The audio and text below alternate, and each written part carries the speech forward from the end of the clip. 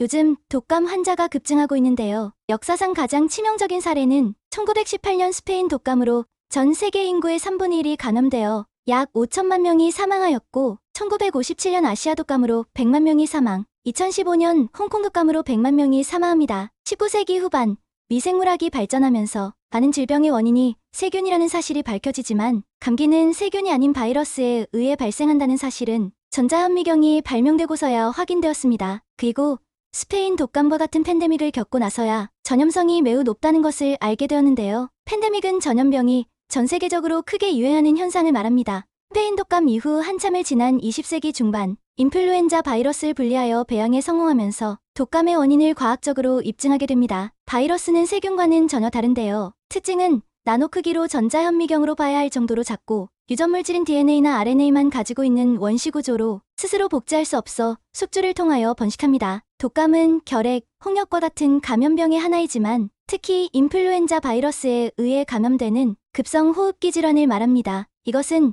일반 감기와 확실히 구분되는 점이기도 합니다. 평소 건강했던 사람이라도 인플루엔자에 걸리면 강렬한 두통과 심한 근육통이 생기고, 머리부터 발끝까지 안 아픈 곳이 없으며 기침을 많이 하여 목과 복근도 끊어질 듯 아프기도 합니다. 독감은 인류의 역사와 함께 해왔습니다. 인간이 가축을 기르고 다양한 동물과 함께 살면서 동물의 바이러스가 전파되었는데, 주로 조류에서 인간으로 전파되었을 것으로 보고 있습니다. 이집트의 파피루스나 중국의 한의학 서적 등에서 감기와 비슷한 증상에 대한 기록을 찾아볼 수는 있지만, 당시에는 미생물에 대한 개념이 없었기 때문에 질병의 원인조차 파악하지 못하여 초자연적인 힘이나 악령의 소행으로 여기기도 했습니다. 기원전 410년경 그리스의 히포크라테스는 독감과 비슷한 기록을 남겼으며, 세종실록에도 비슷한 기록이 있습니다. 하지만 정확히 독감으로 확인할 수 있는 기록은 역시 스페인 독감입니다. 1918년 조선총독부 통계영감에는 당시 국내 759만 인구의 약 38%인 288만 4천 명이 스페인 독감인 서바나 감기에 감염되어 100명 중 1명꼴인 14만여 명이 사망했다는 기록이 있고, 매일신보 1918년 11월 3일자에는 전 세계를 엄습한 독감,